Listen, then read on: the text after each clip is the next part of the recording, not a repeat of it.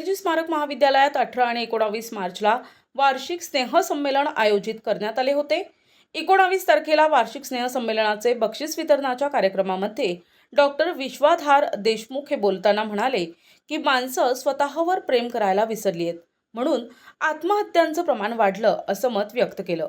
कार्यक्रमाच्या अध्यक्षस्थानी संस्थेचे उपाध्यक्ष ॲडव्होकेट मुंजाजीराव जाधव हे होते, तर प्रमुख पाहुणे स्वामी रामानंद तीर्थ, मराठवाडा विद्यापीठाचे लेखक, कवी, मराठी अभ्यास मंडळाचे सदस्य विश्वाधार देशमुख, संचालक रामचंद्रजी बागल, संचालक प्राध्यापक अनिल नादरे, प्राचार्य डॉक्टर एम जाधव, उपप्राचार्य डॉक्टर स्वामी महेश, प्राध्यापक नामदेव भोईवार, विद्यार्थी संसदचे अध्यक्ष रितेश बागल आदी विचार मंचावर उपस्थित होते।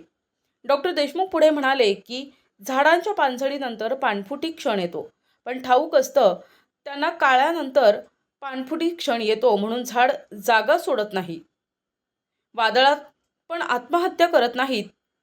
त्याच्या टोकाचा विचार येण्याचं महत्त्वाचं कारण आपण स्वतःवरती प्रेम करणं विसरून गेलोय, कुटुंबावरती आणि देशावरती प्रेम करणं विसरून गेलोय। म्हणून प्रेम करणं सुंदर गोष्ट आहे, जी तुम्हाला प्राणी पातळीवरून मनुष्याच्या पातळीवरती घालत असते। म्हणून प्रेम करायचं कसं, प्रेम केलं पाहिजे। आपल्या महाराष्ट्रामधला सर्वोत्तम आदर्श आहे तो म्हणजे सावित्रीबाई आणि ज्योतिबा फुले या दोघांनी कसे एकमेकांवर प्रेम केले, तसे प्रेम आपणाला करता आले पाहिजे। वार्षिक स्नेहसंमेलन निमित्तानं वादविवाद विषय, एक देश एक निवडणूक, योग्य अयोग्य, सांस्कृतिक कार्यक्रम, रांगोळी, मेहंदी, स्वयंशासन दिन, प्रश्नमंजुषा, पारंपरिक वेशभूषा, क्रीडामधील खेळ तसेच प्राध्यापक, शिक्षकेतर कर्मचारी यांच्या वतीने आल्या होत्या। गुणवंत विद्यार्थ्यांना शिष्यवृत्ती वाटप करण्यात आली। या स्पर्धेचे बक्षीस वितरण तसेच या वर्षीचा बहिर्जी रत्न पुरस्कार BA तृतीय वर्गाचा विद्यार्थी अनिकेत सोनटक्के याला देण्यात आला। मान्यवरांच्या हस्ते विद्यार्थ्यांना प्रमाणपत्र आणि मानचिन्ह देऊन सत्कार करण्यात आला। सूत्रसंचालन प्राध्यापक किशोर देशमुख, डॉक्टर सुभाष क्षीरसागर, क्रीडा संचालक निरंतर अकमार, प्राध्यापक प्रमोद पवार यांनी केले। 18 मार्चला शारीरिक शिक्षण विभागाच्या वतीनं क्रीडा ज्योत रॅली काढण्यात आली होती। या रॅलीला शहरातील विविध नागरिकांनी स्वागत केले। प्रबोधनात्मक जलसाकार शाहीर गजान जाधव यांच्या संच यांनी प्रबोधनात्मक जलसे आणि शौर्य गीतांचे बहारदार असे सादरीकरण केले। महाविद्यालयाचे प्राचार्य डॉक्टर एम जाधव यांनी महाविद्यालयामध्ये विविध प्रकारच्या सुविधा उपलब्ध करून देण्यात आल्या आहेत। विद्यार्थ्यांनी आपला विकास करून घ्या।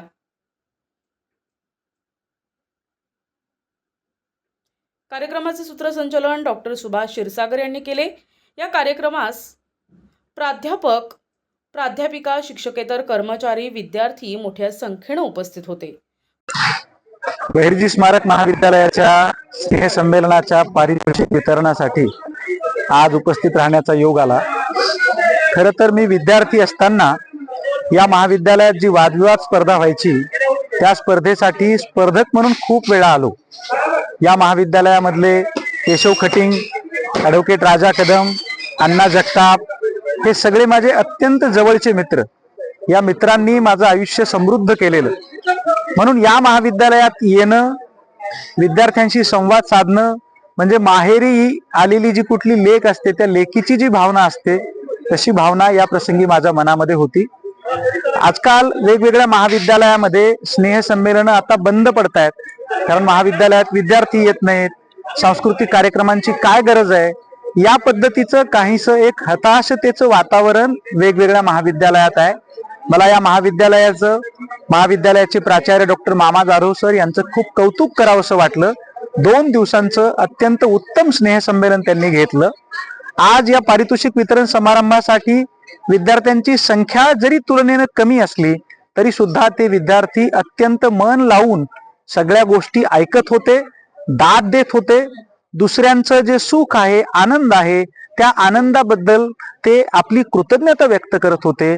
हा भाव जर आपल्याला समाजामध्ये ठेवायचा असेल तर स्नेहसंमेलनाला पर्याय नाही। वेगवेगळी माध्यमं माणसांमधला विकार आणि विखार वाढावा यासाठी प्रयत्न करतायत। महाविद्यालयांनी पोरापोरांमधला, विद्यार्थ्यांमधला स्नेह वाढावा यासाठी अशी व्यासपीठं वापरली पाहिजेत।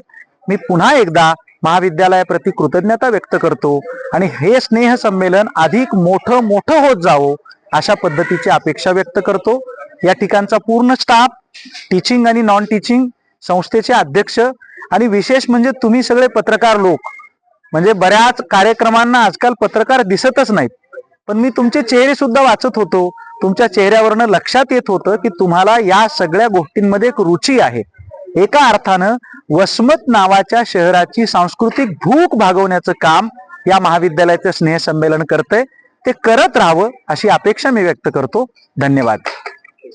प्रतिनिधी नंदू परदेशी, NTV न्यूज मराठी, वसमत, हिंगोली.